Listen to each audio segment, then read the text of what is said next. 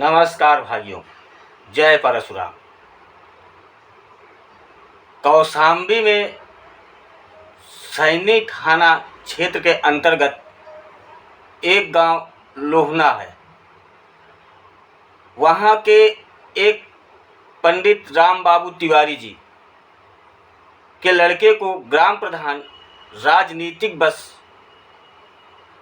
POCSO act में FIR करवा करके उनके लड़के को जेल करवा देता है,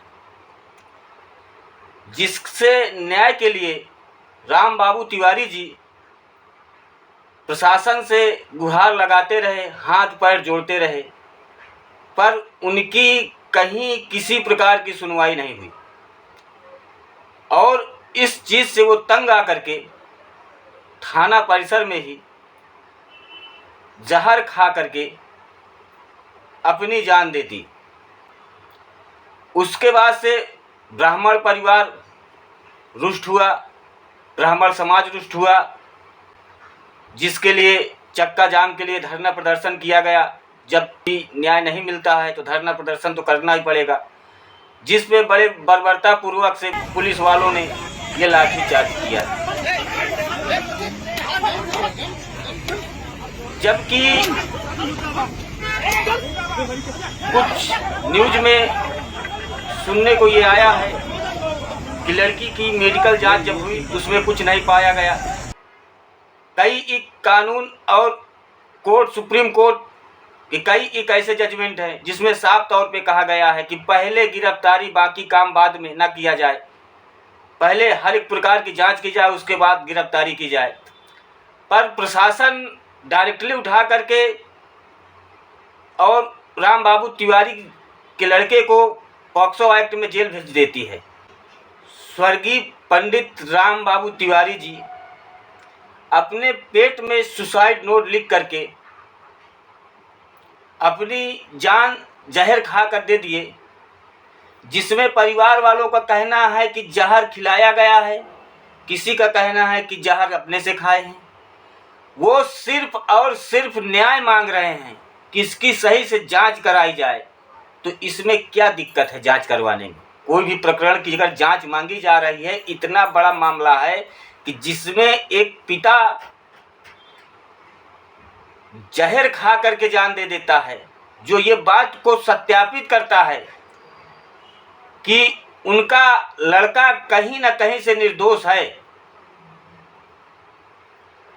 क्योंकि एक गरीब पिता जब उसे कहीं से न्याय नहीं मिलने की उम्मीद पड़ी तो उसे अपना आखिरी कदम जान देना ही सही दिखा। और उस चीज़ को देखते हुए उनके घर वाले, उनके परिवार वाले जब चक्का जाम किए, अपने पिता की, अपने चाचा के, अपने दादा के लाश को ले करके रोड पर प्रधान से न्याय के गुहार के लिए भोपाल कि जमीनी विवादित इसकी सही से जांच करवाई जाए। हमारे भाई को गलत तरीके से ग्राम प्रधान राजनीतिक बस कुछ जमीनी रंजिश थी, जिसके बस वो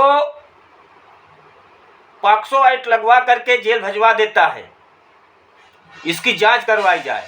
बाकी पुलिस वालों ने बड़े बर्बरतापूर्वक से और बलपूर्वक लाठीचार्ज किया और अभी तक कोई ऐसी जांच नहीं बैठी कि जिससे विपक्ष पार्टी जो गलत तरीके से केस करवाया है उसको गिरफ्तार किया गया हो। बल्कि बार बार ब्राह्मण समाज के स्वर्गीय श्री राम बाबू तिवारी जी के परिवार को ही धमकाया जा रहा है। उत्तर प्रदेश के उप मुख्यमंत्री माननीय ब्रजेश पाठक जी आज एक्स पे ट्वीट किया है और आश्वासन दिया है। मैं उनका बहुत बहुत आभार प्रकट करता हूं। और जो भी ब्राह्मण समाज है उत्तर प्रदेश के या देश के या जिला के, बहुत से ब्राह्मण हैं, मैं किसी का नाम लेना उचित नहीं समझ रहा हूं, जो कर कि खुल करके सामने नहीं आ रहे हैं। जब वोट की बात आती है तब ब्राह्मणों से वोट लिया जाता है, बड़ी बड़ी बातें डींगी जाती है, पर जब वो समय आता है ब्राह्मण के ऊपर अगर कोई भी किसी प्रकार की दिक्कत आती है, कोई भी समस्या आती है, तो सब बिल्कुल बाइकाट हो जाते हैं। आज वही हाल पंडित राम बाबू तिवारी जी के परिवार में पड़ा हुआ है और मैं सभी ब्राह्मण भाइयों से अनुरोध करता हूँ कि सभी लोग उनके सहयोग में अपना सहयोग दें और उनके परिवार को इस पीड़ा से निकलने के लिए ईश्वर उनको शक्ति प्रदान करे। और मैं इसके आगे निशब्द हूँ, मेरे पास कोई किसी प्रकार का शब्द नहीं है कुछ कहने के लिए। बाकी आप सब लोग मुझसे बहुत ज़्यादा ज्ञान रखते हैं और सामाजिक बातों को जानते हैं। इसी के साथ मैं सबको प्रणाम करते हुए अपने वाणी को विराम देता हूँ।